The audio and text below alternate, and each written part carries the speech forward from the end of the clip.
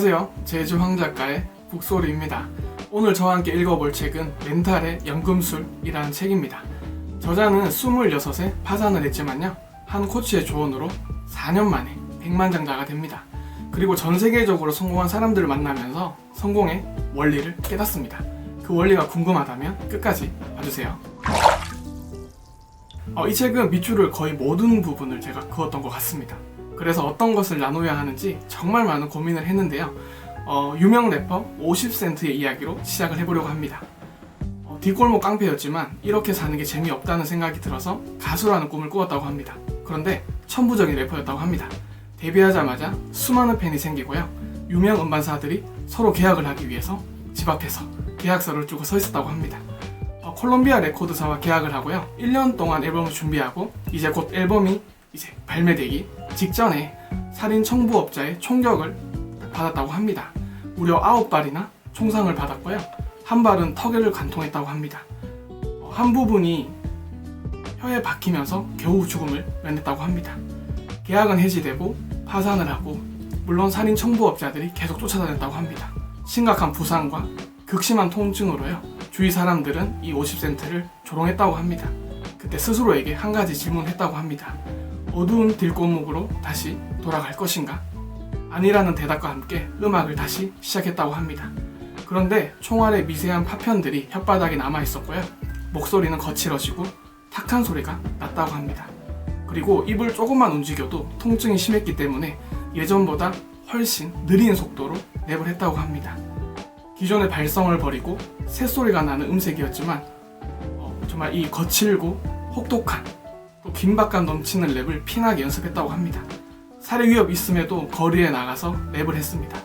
이야기 덕분이었을까요? 길거리 젊은이들이 아주 좋아했고요, 심지어 살인을 청부했던 뒷골목에서도 이 노래를 좋아했다고 합니다. 유명 래퍼인 에미넴도 그 소식을 듣게 됩니다.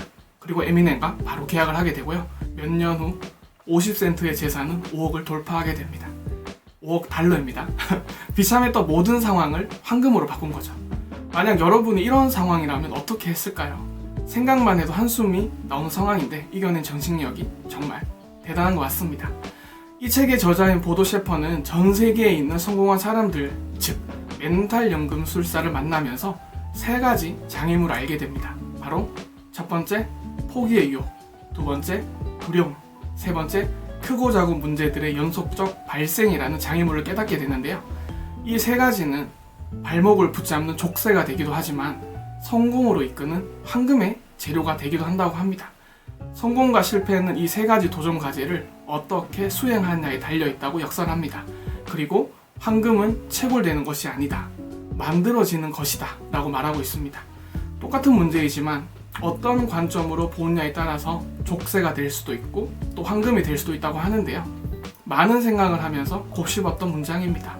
그리고 성공한 사람들은 아래의 3가지 질문들을 가장 중요하고도 긴급하게 다루었다고 합니다. 포기하고 싶을 때마다 그걸 어떻게 견뎠나요? 그런 결정을 내리고도 정말 두렵지는 않았나요? 그 어려운 문제들을 어떻게 해결했나요? 저는 여기에서 어떻게라는 단어가 참 중요한 것 같습니다. 성공한 사람들은 문제에 함몰되는 것이 아니라 그 문제를 어떻게 이겨낼지 또 어떻게 해결할지 고민하면서 그 문제들을 이겨냈다고 합니다. 5년 후가 아니라 5분 후에 내가 어떤 사람이 될 것인지를 결정하라. 사람들은 1년 후 혹은 2년 후 자신의 모습을 상상하고 힘을 낸다고 합니다.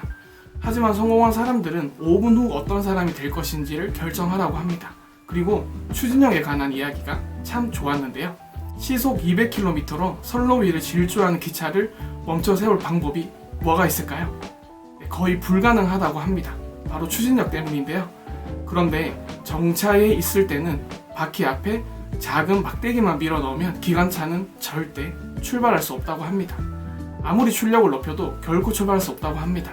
이 추진력이 항상 뜻밖의 결과를 창출하고요, 제대로 속도 내기 시작한 사람에겐 멈추는 것보다 계속 앞으로 나아가는 것이 훨씬 쉽다고 합니다.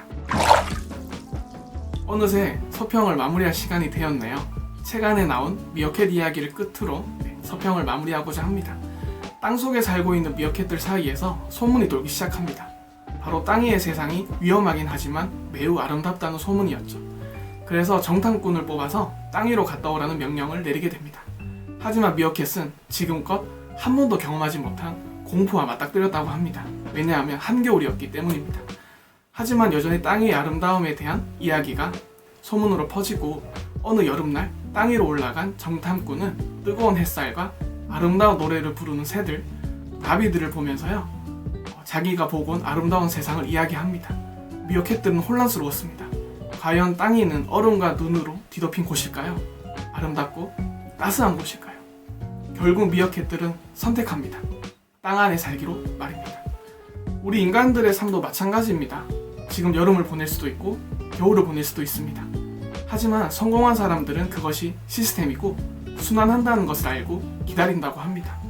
봄날이 마냥 지속되지 않을 것을 알고 춥고 어두운 겨울이 계속되지 않을 것도 알고 기다린다고 합니다. 책 내용 중에 5%도 제가 전해드리지 못한 것 같습니다. 멘탈을 기르고 싶으신 분들은 꼭 이 책을 읽었으면 합니다. 다음에도 좋은 책과 함께 돌아오겠습니다. 함께 해주셔서 감사합니다. 제주황 작가의 북소리였습니다.